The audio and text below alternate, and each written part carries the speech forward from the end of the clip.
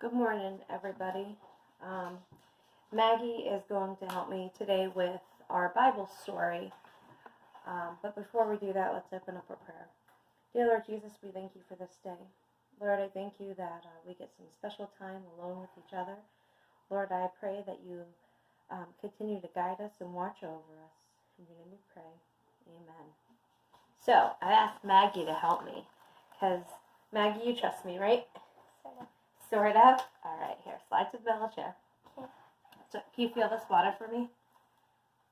Cold. Is it cold? You know, sometimes bad things happen in our life. No. All right. So I'm going to put some cold water. Can you hold this side for Mommy? I'm going to seal it.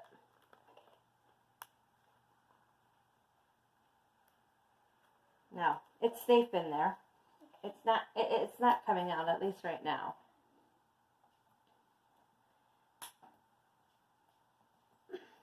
So, I have some toothpicks here.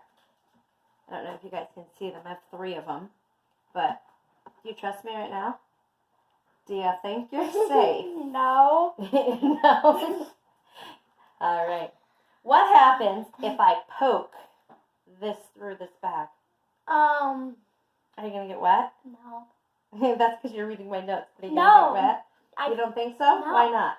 Because there was a science project we did in school. Oh, you've done this before. So maybe some of you've seen this before and you know this. But for your sake, I kind of hope you get wet this morning. But let's see what happens. You know, sometimes things in our life come around, things that we're not expecting, like we get no school. Now, maybe some of you like school. Can you see that? And it's a good thing. Maybe something happens where mom or dad ain't able to work right now, and that could be good, right? But sometimes it could be scary too. You know, what happens if you get sick? That's not planned, and that could get scary. But you know, the Bible tells us that he will always protect us, and all bad things he'll take for good. However, if we don't keep our eyes on Jesus... What happens, Maggie? I hate this. You end up getting a little bit wet. A little. When we take our eyes off Jesus, we end up getting wet. The Bible tells us in Romans 8:28, it says, and we know that all things work together for the good of those who love God and those who are called according to his purpose. That's Romans 8:28. And you know, sometimes things don't always work out the way we planned, does it, Maggie? No. No. You didn't expect to get a little wet this morning, did you? No. No. Well, you know what? Or your bottom? Well, you know what? Today we're going to look in our Bible about somebody else that didn't expect things to go so rough on them. And today's Bible story is the story of Joseph. You see, Joseph was a young man. Do you know Joseph, Meg? You've heard of his name? Well, Joseph was a young man in the Bible that was loved very much by his father because he always obeyed and always listened to what his dad had to say. One day, his dad gave him a beautiful coat. But you know what? His brothers weren't too happy about this coat. And you know what? On top of the coat, one day, Joseph had a special dream. You see, those special dreams... Maggie, do you want to read? Okay. Joseph had a dream. He told it to his brothers.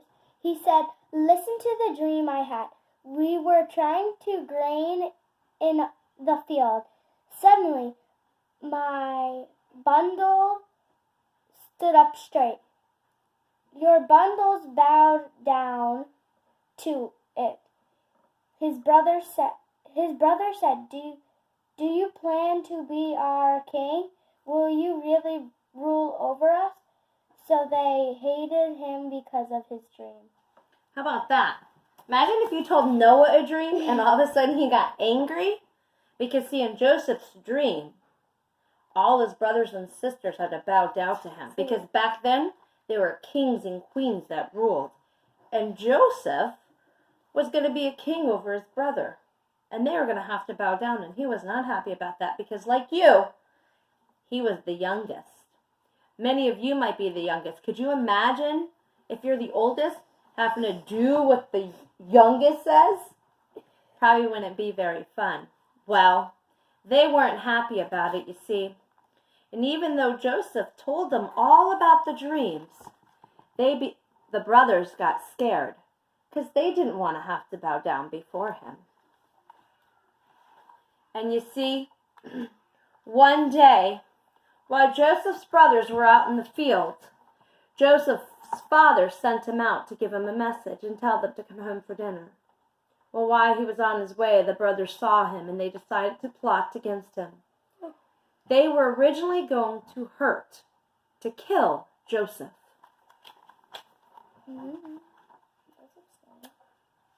But one of the brothers, Reuben, decided to do something different. They said, let's throw him down in the well. Now, it really wasn't a well. It was a crack in it. But they took his robe from it, and they rubbed it and tore it and separated it and sent it with their brother to tell their father about it. In the meantime, they ended up selling poor Joseph into slavery. That means he had to go work for somebody that wasn't his family, and he was never, ever allowed to leave. Sounds like a really, really bad day, doesn't it? But remember, in Romans 8:28, the Bible tells us that God will work all things out for the good. Well, Joseph was sold into slavery. And time again, he got sold again. But this time he was in prison, and while he was in prison, he interpreted the dreams of some other men. When they got out of prison, they told of Joseph. And when he got to the top, the king ends up taking Joseph out of prison and has him interpret the dream. And Joseph interprets the dream and tells him about a very bad drought. That's when there's no water comes. And during that time, Joseph stored up all the food, and that's where it brings us up in this story.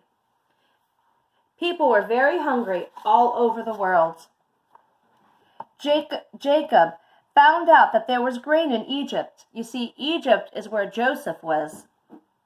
There were grain in Egypt, so they went there to buy some, so they would not die. So 10 brothers all went to Egypt. Joseph was the governor of the land. He sold grain to the people. When Joseph's brothers arrived, he recognized them. And the brothers bowed down before him, just like in his dream. But he pretended that he didn't know them. They were complete strangers. He spoke to them in a mean way. He said, "You are spies." "No," they answered. "We've come to buy food. We're honest men. We aren't spies." What do you think he does? Puts them in prison. You think he's going to put them in prison? Here, why don't I show the story and you can read. Joseph couldn't control himself anymore. He cried out, "I am Joseph. Is my father still alive?" But his brothers weren't able to answer him. They were too afraid of him. Joseph said to his brothers, "Come close to me. I am your brother Joseph. I am the one you sold into Egypt. Don't be angry with yourselves because you sold me here. God sent me ahead of you to save many lives." You see, Joseph then sent his brother back to get their father. And they brought his father back. And they ended up giving him land and took care of his family. You see, bad things happen. And when bad things happen, we need to trust in God. Joseph trusted God every step of the way.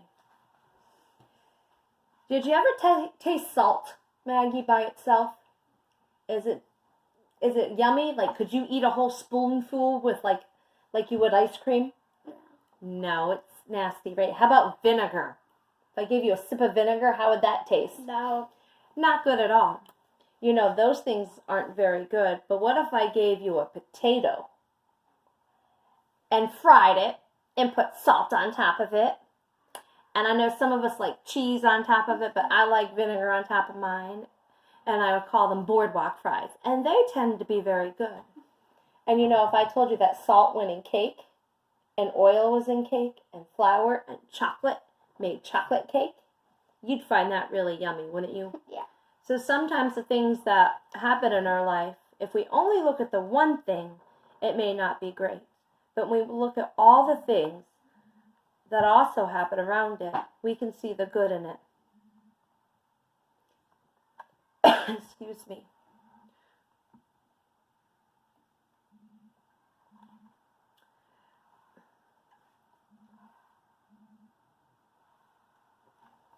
You know, there are good times to come.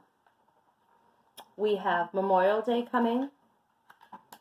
We have Easter coming. We have the 4th of July coming and springtime coming. Some of you are even having birthdays out there. And those are moments when we get to celebrate. And we can remember that God is able to do all things. He can do good things, and He can take some of the bad things that happen in our life and turn them into good. Because again, in Romans 8:28, God tells us that He takes all things and turns them into the good for us as we serve God and faithfully trust Him. You know, I don't know about you, but I don't think I would have liked to be sold into slavery like Joseph was. I wouldn't want to. No. But you know what? He trusted God, and God helped him to get into a position where he was able to help his family later. Did he have a mom? He did have a mom, and we don't hear much about Joseph's mom in this story, but we do hear a lot about Joseph's dad.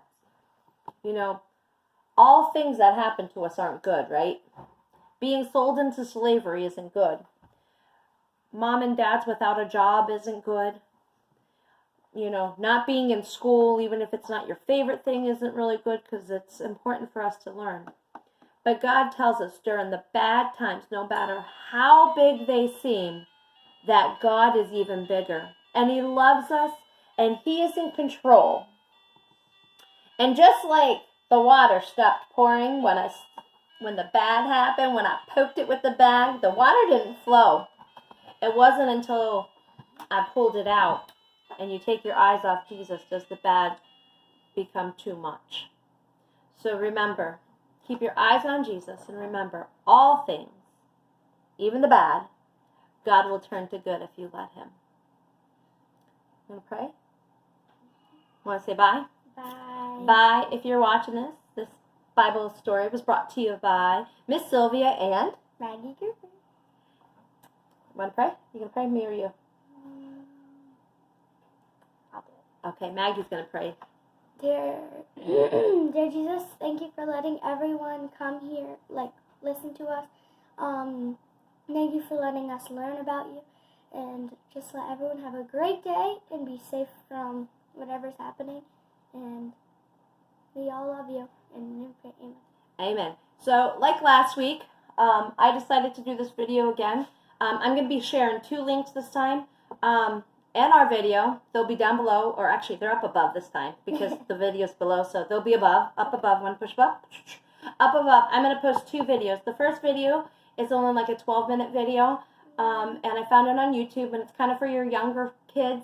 And then the second video is a little bit longer. I will have to say it's probably one of my more favorite videos of the 2, but I will post them, and there will be a craft to do as we're leading into the Easter holiday. There'll be a craft to do, and I will be doing another second entirely different post. I'll be sharing a post, I should say, because our church, Green Ridge Assembly of God, has also put together a really cool video segment, so I'll be sure to share that too. As a reminder, post in your comments. And let us know if you have any prayer requests, and we'll be sure to pray for you and your family. No subscribe. Yeah. Have a great Sunday.